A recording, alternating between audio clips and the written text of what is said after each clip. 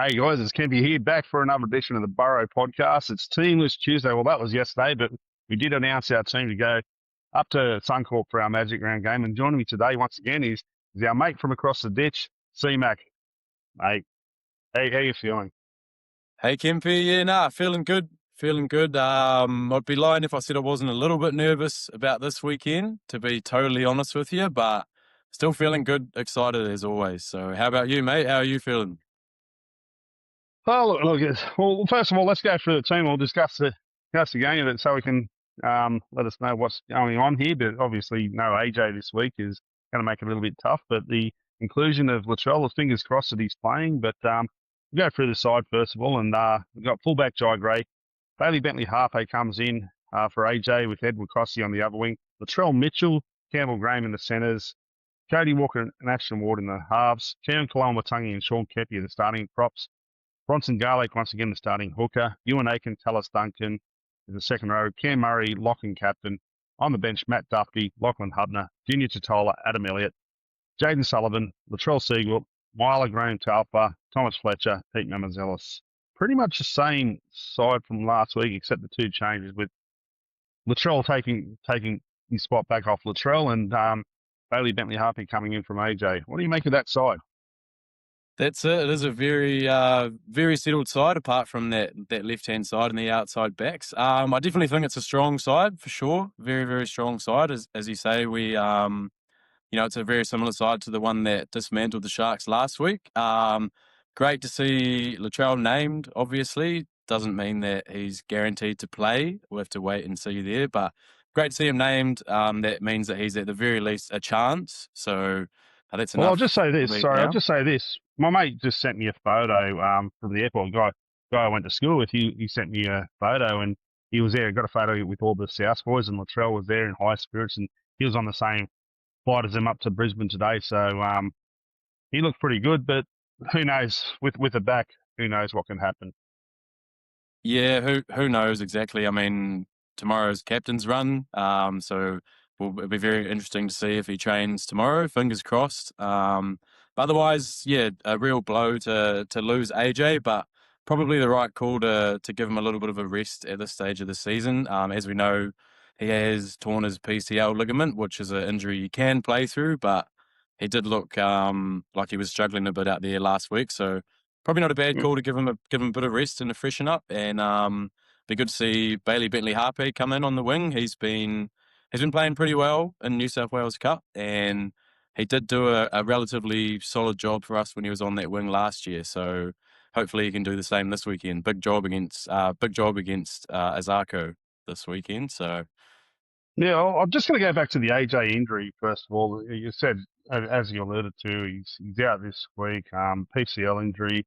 He didn't look right last week. He was hobbling a bit, and I wonder if Souths are actually going to look at say, okay, well, this game, the Cowboys game, then we got the bye, then we come up against Manly. I wonder if they look at saying, okay, let's leave him out for next week. That way, it'll be almost a month between games, just under a month between games, which I think would be great best for him to get that right. I heard Keon say that his knee's starting to finally feel a little bit better now. So yeah, you can play through it, but it can also flare up again, become uncomfortable.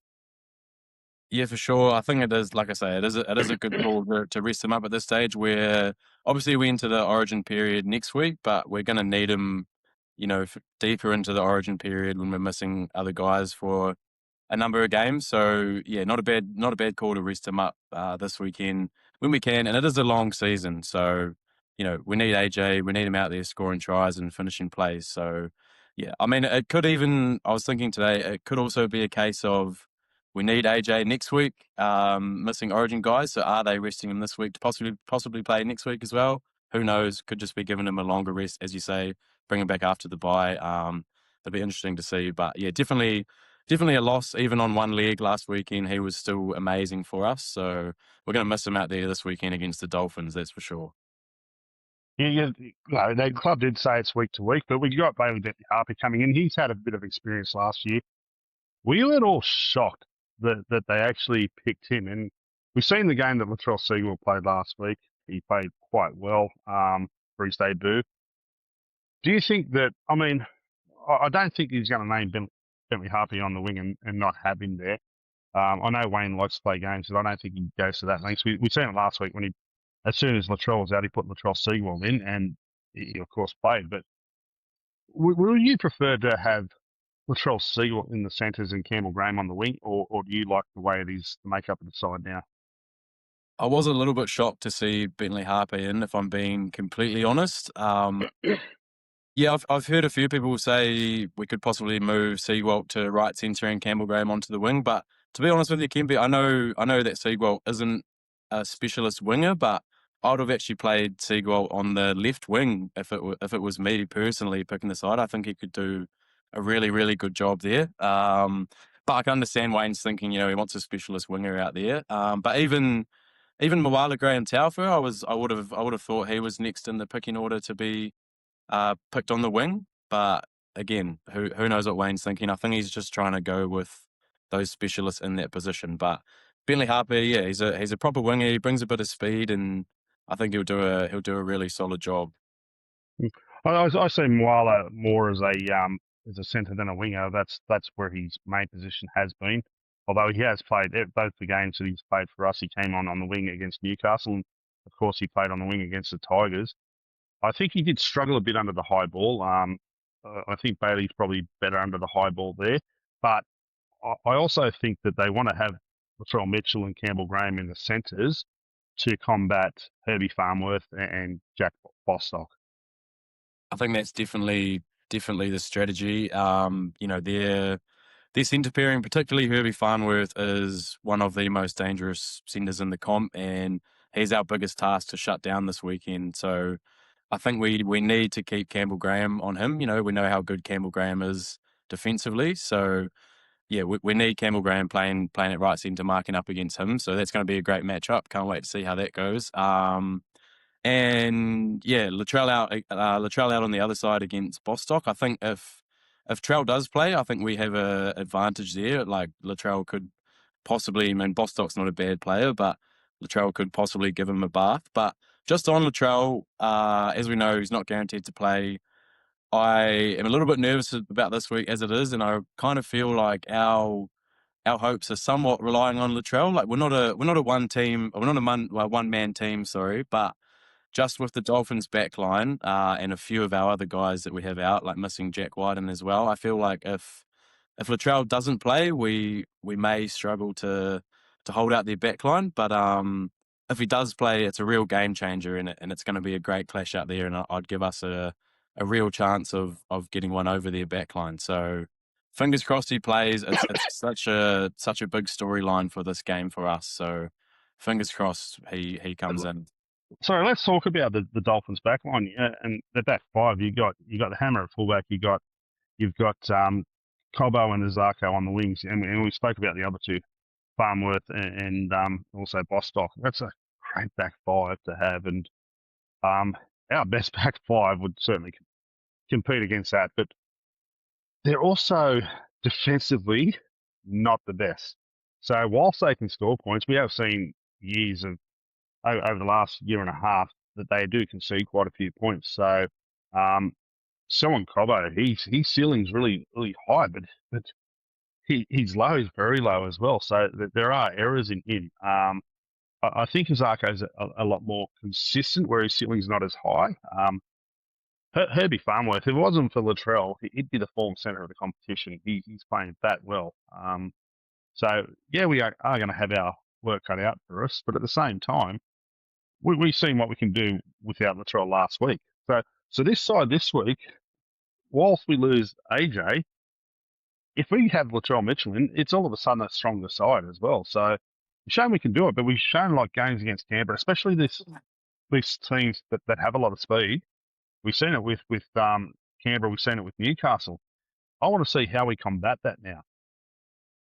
Yeah, the Dolphins certainly do have a electric backline in attack for sure. They're one of the best attacking sides in the comp, and they've kind of got it all, don't they? Like, but a lot of power, a lot of speed. So yeah, a lot of aggression in the outside backs too. And they're all real fast and zippy. So we're gonna be up against it there for sure in defence. But yeah, I think they'll be looking at our backline and kind of be looking over their shoulders a little bit as well. So Are we going to see a shootout again, like we did last time we played them in round one, possibly? But That was sorry, I got to disagree. That was not a shootout at all.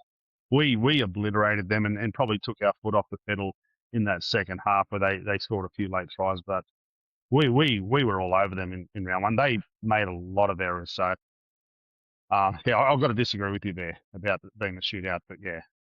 yeah, fair enough, fair enough. Probably looking back at it, maybe we did, we were a bit dominant, more dominant in that game than I remember. But I guess what I'm saying is I'm possibly expecting a little bit of a shootout this weekend. But as you say, it's going to be really interesting to see how we combat that. And obviously, our game plan will be to avoid a shootout at all costs, especially if we're missing Latrell.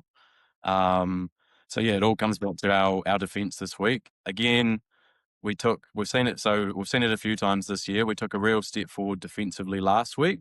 I want to see that backed up again this week. We haven't been able to back up our really, really good performances so far this season, you'd say. I think we've been a bit inconsistent after a big win. So I really want to see our defence strong again this weekend, and it's going to need to be against the Dolphins, who are one of the best attacking sides in the comp. Yeah, but let's talk about the forward packs, right? And obviously, we've seen Junior Tola come off the bench last week and do a really good role. I thought Keon was a bit flat. He's certainly going to need the best of Keon this week.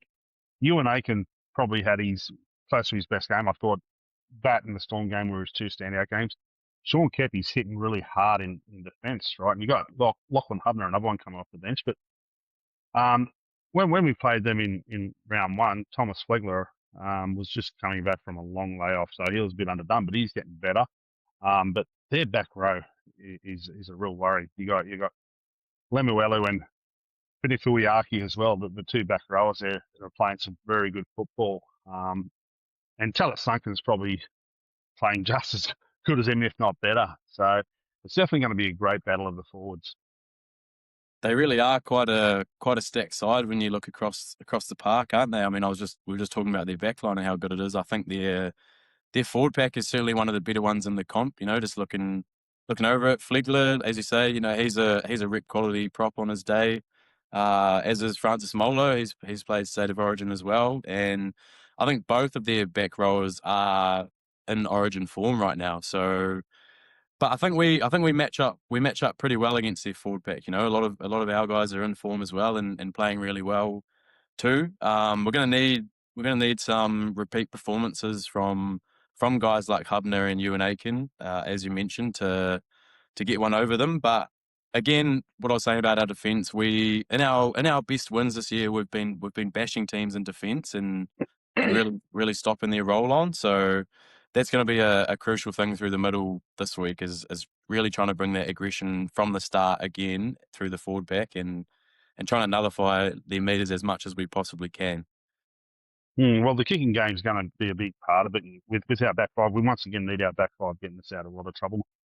We've had our back five have been really good, all getting over 100 metres each game in the last few. I said last week, except for Ed Cossey, who actually came off for 15 minutes a week before. Obviously, Jack White didn't get it because he came off early, but the rest of them all got over 100 metres.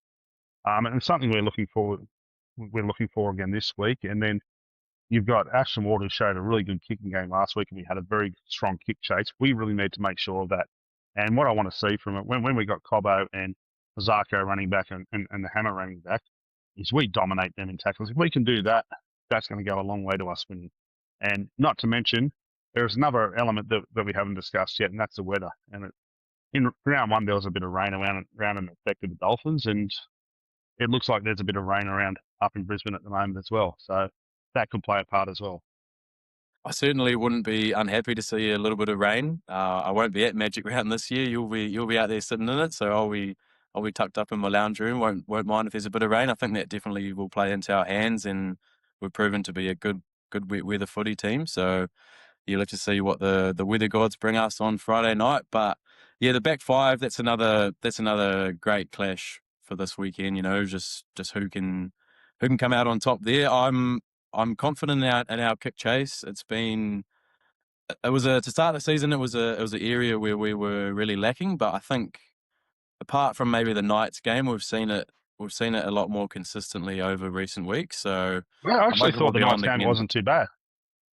I didn't think it was too bad against the Newcastle game. Against Canberra, it was quite bad, but most of their breaks came off the back of us, our errors, and not being able to defend that. So, but yeah, I get your point there. Yeah, and that's one thing we can't do this weekend is beat ourselves against the Dolphins. You know, they've got such a good attack. We can't be gifting them possession. We've got to minimise their impact in attack as much as we can. We've got to be making them earn it and completing our sets and kicking for the corners and trying to trap them deep. You know, we can't be coughing up the ball in our own half, which we have seen us do a few times this year. And I hope the boys have learnt from that. You know, and they'll be ready to complete these sets and hopefully not make errors in our own half like we've seen at times. Yeah, well, anyway, we are playing up there this Friday. It's an 8:05 kickoff. The game beforehand is the Bulldogs versus Sharks. So, but anyway, we're going to go on to our regular segment with Cody. Hit it, Cody. Hello, ladies and gentlemen. I am Cody from Cody's Footy World, and welcome back to another edition of Cody's Weekly Stats. This week it is Magic Round. We take on the Dolphins this Friday night. There have been 5 games between the Dolphins and the Rabbitohs. The Rabbitohs have won 3 games. The Dolphins have won 2. As has gone win, loss, win, loss, win. The last win between us and the Dolphins, we won 40 points 30, and that was back in round 1. We have scored 30 points or more in our last 6 games. The Rabbitohs have also lost 5 out of their last 6 games at Suncorp Stadium, which was 5 in a row before we beat the Dolphins earlier this year. Our biggest loss against the Dolphins was last year in 2025, where we lost 50 points to 28. Our biggest win against the Dolphins was our first game against them, where we won by 22 points. 36 points to 14, and our loss was 22 points as well. Ironic. The most points have scored in one game between the two clubs was 78 points, which was the 50 points to 28 loss, which was a total of 78 points. We have won 2 from 3 against the Dolphins up at Suncorp Stadium. Our first win was our first game against the Dolphins in 23, and our second win was this year back in round 1. Latrell Mitchell has scored the most amount of points for the Rabbitohs, scoring 20 points. That was back in round 1, total of 20 points. The most tries by a Rabbitohs player against the Dolphins was Jacob Gagai in 2024. The Rabbitohs have won 4 from 6 games at Magic Round. We won our first 4 games in a row in the last 2 years in 24 and 25. We lost, especially last year. We were flogged by the Knights in our last game in Magic Round, 30 points to 4. The Dolphins have also won 2 out of the 3 games they have played in Magic Round, and their loss was in 2025, where they lost to the Roosters. Ladies and gentlemen, this has been Cody. Go to Rabbitohs. Thank you, Cody. So, anyway, it's Magic Round this week. I want you to let us know about your experience up there from last year. How did you find it? What did you find it like? Mate, I absolutely loved it. It was everything I imagined it to be and more. Obviously, it's been around since 2019, and always heard everyone saying it's such a carnival, such a festival sort of atmosphere. And I don't know, of course that's a little bit of a cliche, like it gets thrown around a lot, but really going there for the first time last year, it lived up to my expectation for sure. Even just around the ground, all the, you got the beer garden and all the activities outside the stadium, and there's thousands of people everywhere. Sometimes you can barely even move, particularly on the Sunday arvo out the stadium there. Obviously Caxton Street, that was amazing for me to experience that for the first time. I was just walking down the street with my mouth wide open, just taking everything in, and yeah, couldn't believe what I was seeing. So, and I think the atmosphere, we went to every game of Magic Round last year, and the atmosphere was probably unlike anything I've ever experienced personally. Like I wasn't quite old enough I watched it at home. I wasn't quite old enough to go to like the 2014 grand final and stuff like that, which I think you'd say would be the best atmosphere. But in terms of my experience, I think Magic Round last year was definitely the best atmosphere I've experienced, particularly on the Sunday afternoon. I don't know, there was just something about it. So it's a great concept that the NRL's done. I think it's one of their best concepts, actually, getting all teams to play up at Suncorp, and such a great stadium. So yeah, I'm a bit gutted. I'm not going to be there. Not going to be there this year, but I'll definitely go again. And even just at home, it still just has a little bit of a different feeling about it. It's fun and fresh and exciting. So yeah, I love Magic Round. Hopefully we bring the magic this weekend. Yeah, well, just on your point about on your on what you said about the atmosphere, comparing it to 2014, it's a totally different vibe. This 2014, you'll never top that in terms of atmosphere, but in my eyes anyway. But you're looking more of at a carnival sort of festival there. Like everyone's there enjoying themselves. You see all different jerseys around the place and that. Like the first few years, we stayed up in Brisbane. The last year was the first time we actually stayed at the Gold Coast. It's a lot cheaper for us there and whatnot. So we're going to be doing that again. Michael and myself are going to be doing that again. But I want to talk about Brisbane and the Dolphins getting a bit of an unfair advantage. They get an extra home game for themselves for teams playing up there, and there's starting to be a few more complaints now about that. And I've seen one person say, "Well, why don't they play each other?" And I guess I know the NRL are kind of looking at the same way. Why would we waste a big crowd there for a big crowd that we're going to get somewhere else anyway? So I see that point, but at the same time, other teams aren't getting that same advantage that these two teams are. Yeah, it does my head in a little bit, just sort of they get a free home game pretty much compared to everyone else. Everyone else, I think there's a certain amount of home games, but one of their away games is pretty much a home game. So I guess one of the reasons for it would be, like, I don't know how the tickets work, but if it was a Broncos or Dolphins home game, does that mean that they allocated a lot more tickets for members and No, stuff like that, or is no, that? no, it wouldn't. It's got to be the same as everything else, because we as members don't get any discount for this game. I'm a ticketed member, and we get charged for this, and it's the same as when we take games to Perth. We got to buy our own tickets. So I suppose, yeah, it's a bit different. But at the same time, they don't want to give up a home game, do they?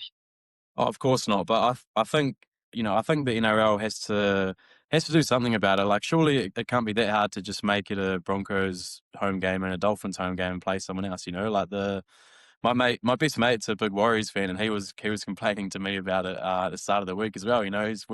He's saying, "Oh, we've got to come all the way across the ditch to play a home game against the Broncos in their own backyard." So yeah, it's definitely not ideal, and Did yeah, you it remind sucks that. him? Did you remind him that we're playing the Dolphins, who's also their home game? We played them Yeah, up there in round one. So yeah, well, that's why I brought it up, because we were both talking about it. We've got the same experience. So yeah, it sucks that both times we'll play the Dolphins this year at their home ground. But yeah, I guess we complain about it all. We can complain about it all we like, but it is what it is. But just, yeah, hopefully the NRL does something about that moving forward. I think it's definitely something that we need to look at for sure. well, one of the options they're talking about, like people have suggested, is it should be moved to somewhere else. I've seen someone mention Sydney, and I think you can't have Magic Round in Sydney. The teams are all here anyway. It's a different sort of thing. But what do you think about moving the Magic Round? Personally, I don't think it should be moved. Magic Round's always been in Brisbane. That was the birthplace of Magic Round. I think it going Well, I'm going to correct you there. Oh, okay. It wasn't the birthplace of Magic Round. The birthplace of Magic Round was over in England.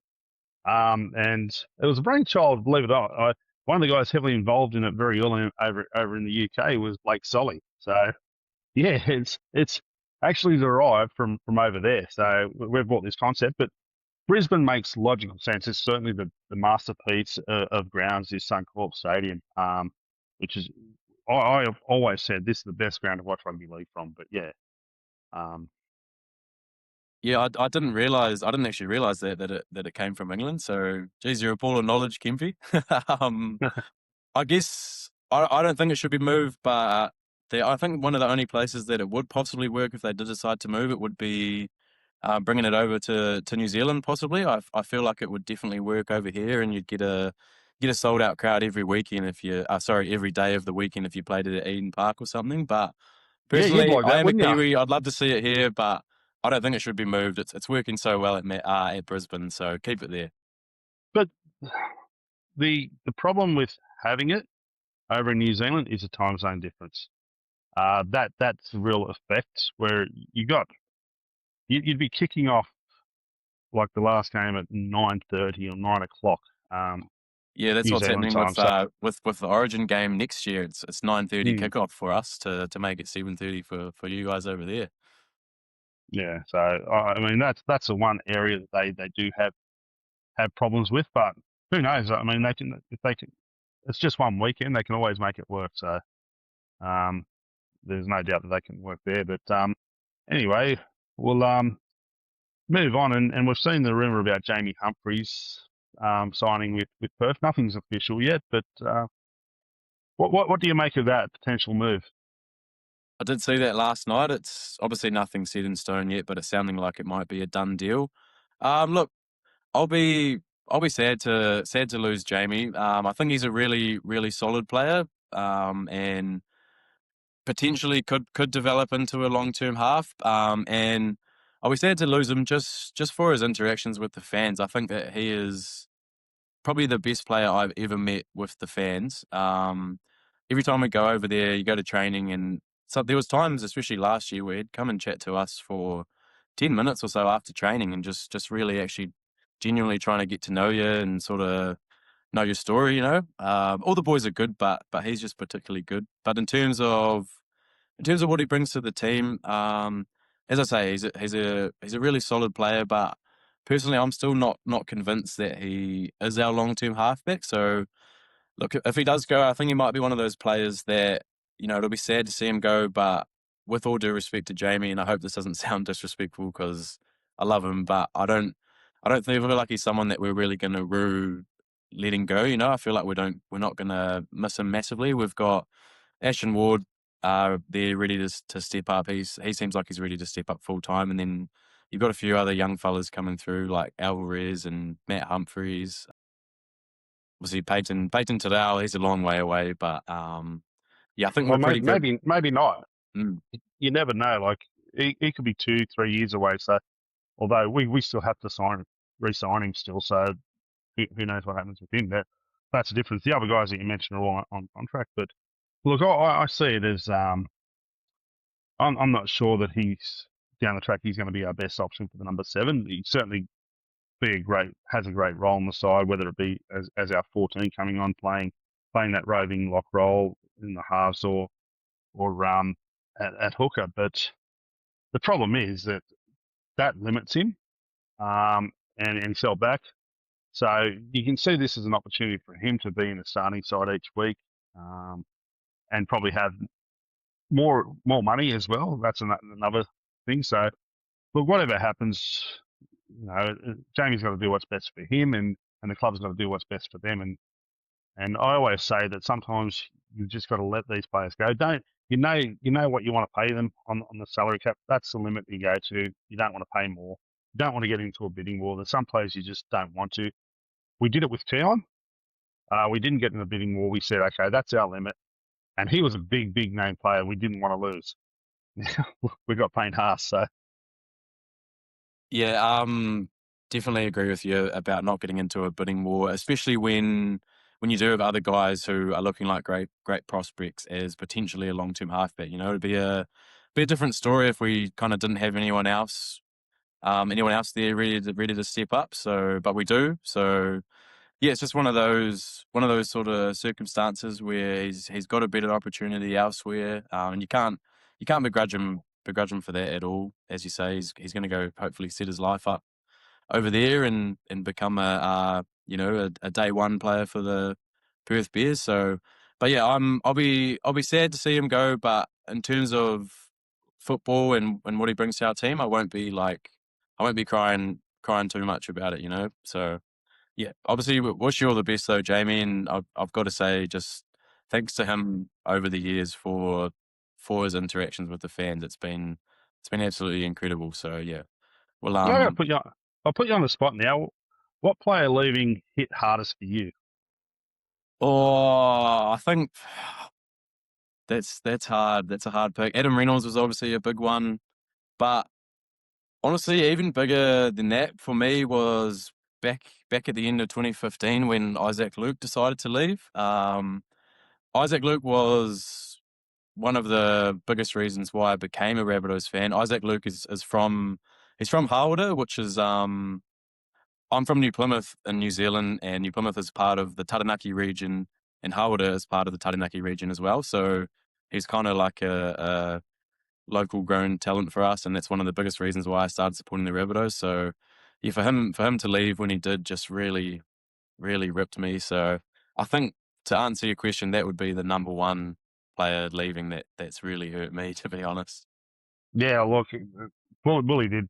That one did hurt, but you understood the reasons why he left and whatnot. And I remember every time we played them over in New Zealand, he'd come over and say hello to us.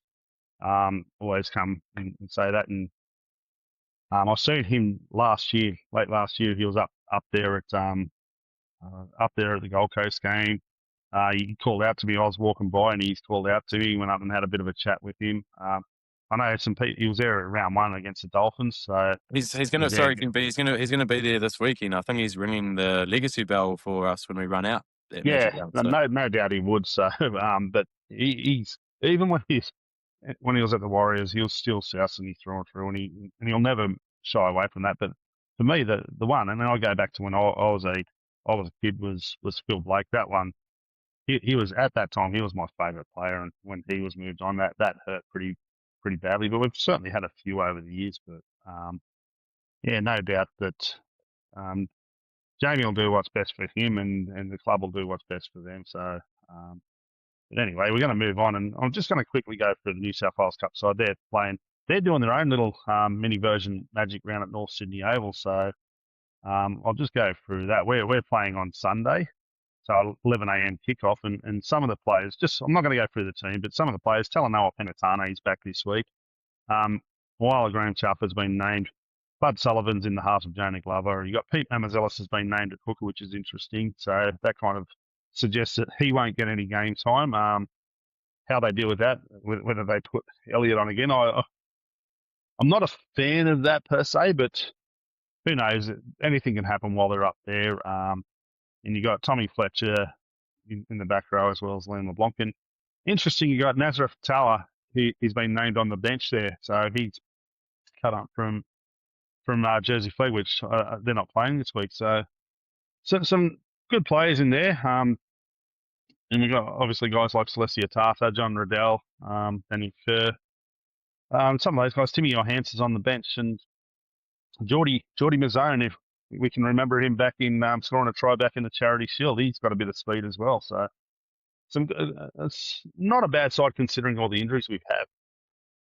Yeah, it's certainly starting to look a little bit better in New South Wales Cup. Great to see Penatane back. It's a bit of a shame that he wasn't back. He hasn't been back for a few weeks because I feel like he would have been the next one to step in first grade. Now that AJ's injured, so but great to see him back. And yeah, Nazareth Tower making the step up to the New South Wales Cup. Excited for him. That'll be really interesting to see how he goes. So yeah, obviously we talked about Pete over the weekend in our review, so I won't go too much into that. But I'll just say again, I think he should be in the first grade side and playing off the bench. But we talked about that last weekend. I want to give Tim Johansson a little bit of a shout out. He's really killing it off the bench in the New South Wales Cup. Some of his stats have been really good and really consistent. So yeah, I want to give him a little bit of a shout out. So yeah, hopefully I'll being a Sunday, I should make a bit of time to watch the New South Wales Cup this week on Bar TV. So can't wait to see how they go. Yeah. Well, it was a big announcement today. It's not about South Sydney, but it affects the whole game. I believe is Ivan Cleary announced that at the end of 2027 he's stepping down as coach of the Penrith Panthers. So he said that he's looking forward to a coaching consultant type of role in the future. So it's going to be interesting to see what happens. There's a lot of talk. I know a few people are starting to think, well, maybe him and Nathan go to the Roosters. There's even talk about the Warriors. I've seen things like that. So it's going to be interesting to watch because I think this affects what happens to Nathan as well.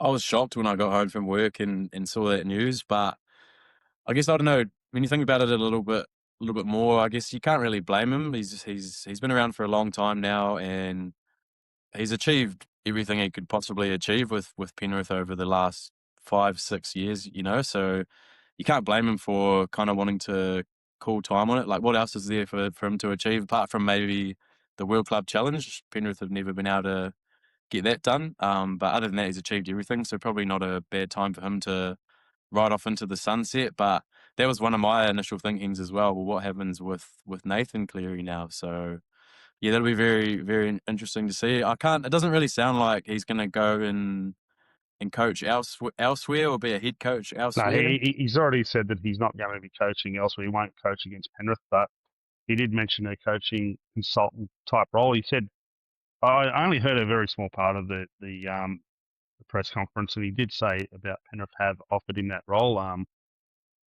haven't seen much else about that, but it'll be interesting. And it's more, for me, it's more interesting what happens to Nathan Cleary. Like PNG, who knows? But anyway, we're here to talk about South Sydney anyway. So we got Origin coming up, and this is the last week for those guys that are on the fringe or putting their hand up for Origin to remind Laurie Daly that they're here. So who do you see from us playing Origin? Oh, look, they'll definitely. I mean, Cam and Trell auto picks for sure. They'll definitely be there, but I think I just have a feeling that Keon is going to be picked as well.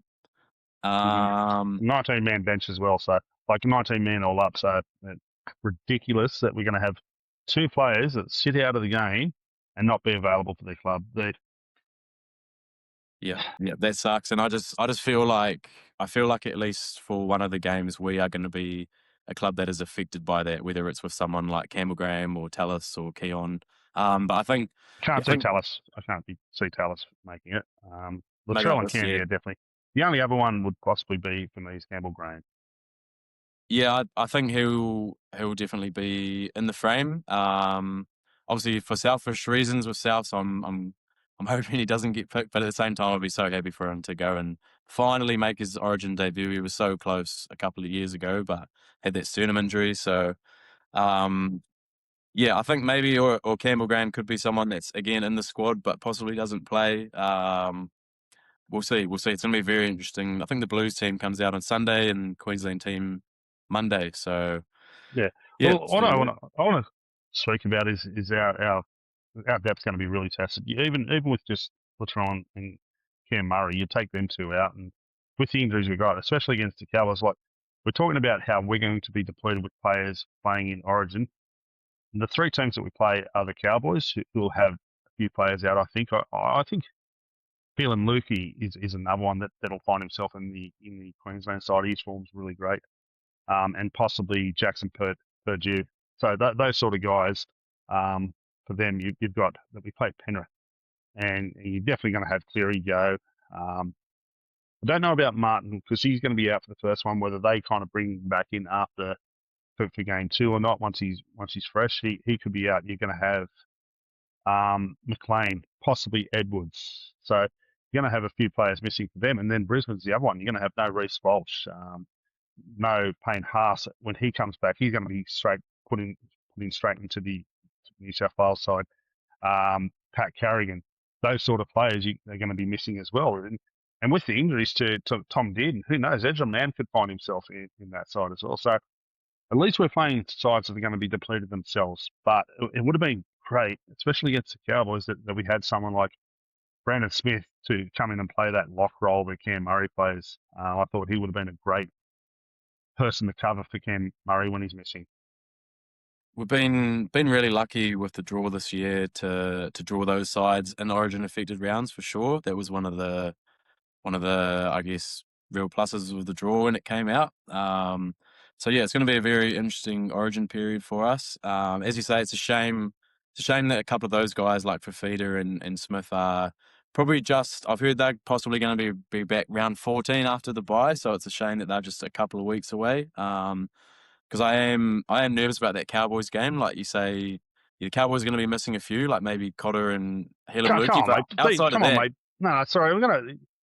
Don't bullshit. You're nervous after every game, so don't turn around and just say aren't we this all? bullshit. Aren't we all? Aren't we all? Yes, Kempy? it's called being a passionate South Sydney fan. Or I suppose it doesn't matter who you support. You're going to have if you're passionate about your team, you're going to have those nerves no matter what. You're right. That's one thing I'll say right now, guys. I'll probably say that every week. Oh, I'm nervous, or it's